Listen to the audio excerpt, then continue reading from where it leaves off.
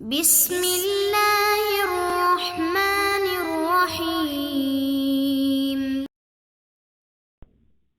اعوذ باللہ من الشیطان اللعین الرجیم، بسم اللہ الرحمن الرحیم، نحمده ونصلی علی رسولہ الکریم وآلہ الاطہار۔ عزیز طلاب کرام، کتاب توضیح المسائل کے اسباق ہم مسلسل پڑھ رہے ہیں،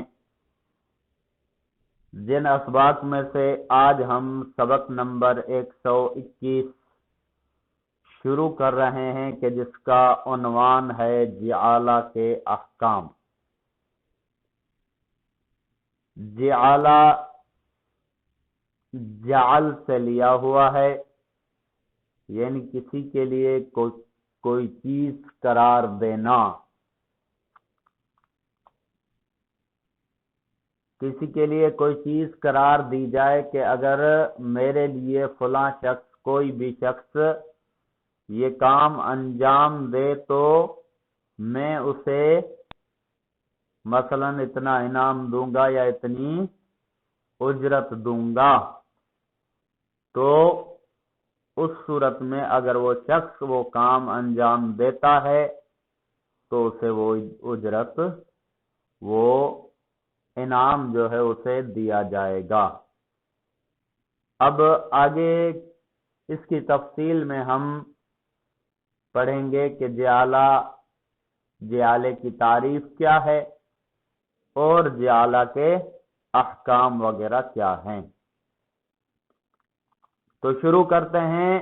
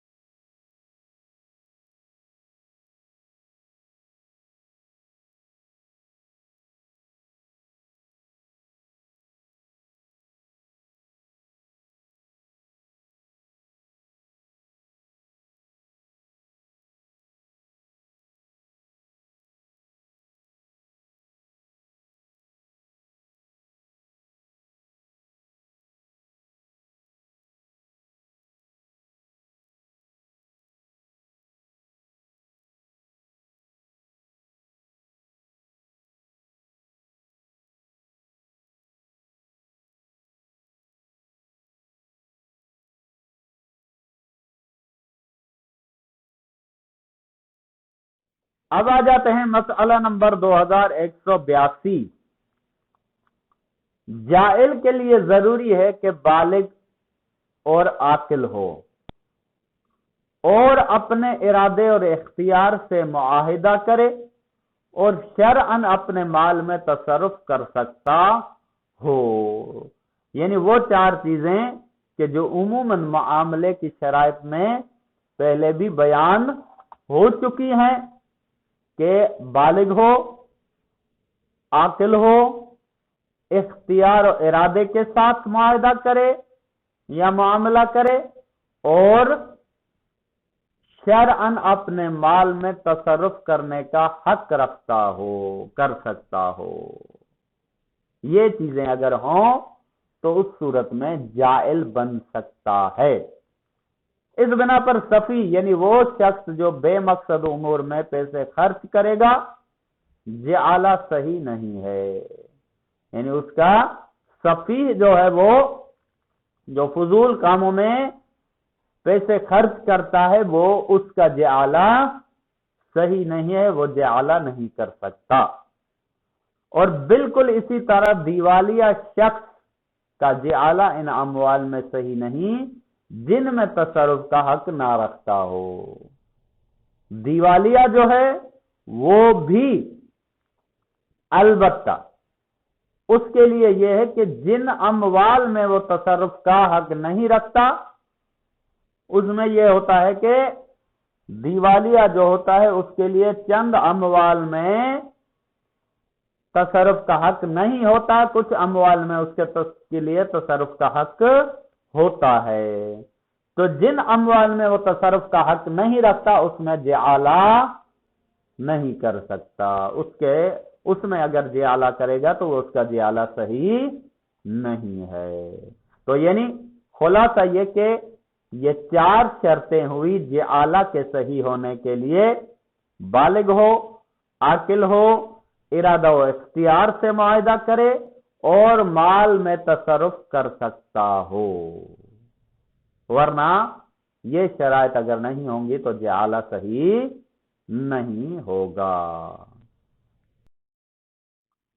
اب آ جاتے ہیں مسئلہ نمبر 2183۔ جائل جو کام لوگوں سے کرانا چاہتا ہو، ضروری ہے کہ وہ حرام یا بے فائدہ نہ ہو اور نہ ہی ان واجبات میں سے ہو جن کا بلا معاوضہ بجا لانا شرعاً لازم ہو۔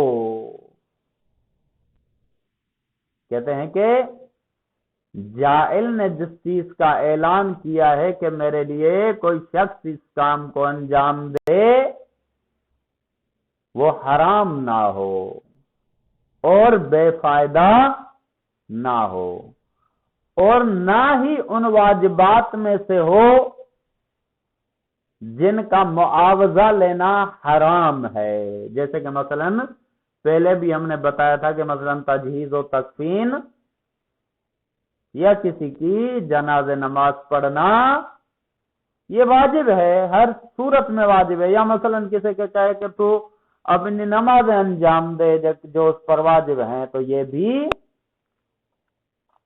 یعنی جو بھی چیز اس کے لیے کسی شخص کے لیے واجب ہے اس کے لیے اجرت نہیں لے سکتا۔ تو یہ جعالہ جو ہے ان چیزوں میں سے نہیں ہونا چاہیے۔ لہذا اگر کوئی کہے کہ جو شخص شراب پیے گا یا رات کے وقت کسی عاقلانہ مقصد کے بغیر ایک تاریک جگہ پر جائے گا یا واجب نماز پڑھے گا، میں اسے 10 روپے دوں گا، تو جعالہ صحیح نہیں ہے۔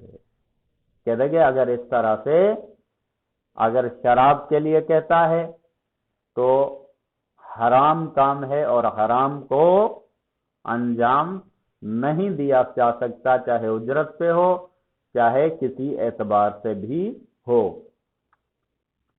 اسی طرح تاریخ جگہ پہ جانا، جیسے کہ عموماً ہمارے ہاں یہ شرطیں رکھی جاتی ہیں کہ بھائی تم فلاں جگہ پہ فلاں قبرستان میں جو بہت ڈراؤنا ہے اس قبرستان میں اگر چلے جاؤ تو میں تمہیں اتنا انعام دوں گا. اس طرح سے بھی بے مقصد اور غیر عاقلانہ چیزوں میں بھی جعالہ درست نہیں ہے. اسی طرح اگر کسی کوئی کہے کہ مثلا تم اپنی نماز پڑھو تو وہ نماز واجب ہے، اس کے لیے اجرت لینا حرام ہے، لہذا یہ بھی انجام نہیں دے سکتا. کہہ دے گے مثلا اگر کہے کہ میں اسے 10 روپے دوں گا تو جعالہ صحیح نہیں ہے، جو یہ کام انجام دے گا تو میں اسے 10 روپے دوں گا، انعام دوں گا، تو یہ درست نہیں ہوگا. اب آ جاتے ہیں مسئلہ نمبر 2184. جس مال کے بارے میں معاہدہ کیا جا رہا ہو ضروری نہیں کہ اسے اس کی پوری خصوصیات کا ذکر کر کے معین کیا جائے، بلکہ اگر صورتحال یہ ہو کہ کام کرنے والے کو معلوم ہو کہ اس کام کو انجام دینے کے لیے اقدام کرنا حماقت شمار نہ ہوگا تو کافی ہے. مثلا اگر جائل یہ کہے کہ اگر تم نے اس مال کو 10 روپے سے زیادہ قیمت پر بیچا تو اضافی رقم تمہاری ہوگی، تو جعالہ صحیح ہے. اور اسی طرح اگر جائل کہے کہ جو کوئی میرا گھوڑا ڈھونڈ لائے گا میں اسے گھوڑے کا نصف یا 10 من گیہوں دوں گا تو بھی جعالہ صحیح ہے. کہتے کہ مثلا جس مال کے بارے میں معاہدہ کیا جا رہا ہے، مثلا جس مال کے لیے اس نے اعلان کیا کہ کوئی چیز مثلا میری ڈھونڈ کے لائے یا کوئی کام میرے لیے انجام دے، اسے میں مال دوں گا، فلاں مال دوں گا. اب اس مال کے بارے میں اس مال کی تمام خصوصیات کو بیان کرنا کہ میں فلاں چیز دوں گا، فلاں جس کی یہ خصوصیت ہے وہ خصوصیت ہے، تو اس طرح سے معین کرنا ضروری نہیں ہے. بلکہ اگر صورتحال یہ ہو کہ کام کرنے والے کو معلوم ہے کہ اس کام کو انجام دینے کے لیے اقدام کرنا حماقت شمار نہ ہوگا، بس کام کرنے والے کو اتنا معلوم ہونا چاہیے کہ جو کام میں انجام دوں گا وہ حماقت نہیں ہوگا، فضول نہیں ہوگا، کچھ نہ کچھ مل جائے گا، تو اس صورت میں اس کو انجام دیا جا سکتا ہے، اس کو تعین کرنے کی ضرورت نہیں ہے. مثلا جائل یہ کہے کہ اگر تم نے اس مال کو 10 روپے سے زیادہ قیمت پر بیچا تو وہ اضافی رقم تمہاری ہوگی. اب 10 روپے میں بیچنا ہو سکتا ہے 10 روپے میں بکے، ہو سکتا ہے 10 روپے میں نہ بکے، ہو سکتا ہے اسے فائدہ ہو سکتا ہے اسے فائدہ نہ بھی ہو. اب اگر وہ 10 روپے سے زیادہ میں بیچ دیتا ہے تو اسے کچھ نہ کچھ حاصل ہو جائے گا، البتہ اس طرح کا جعالہ صحیح ہے.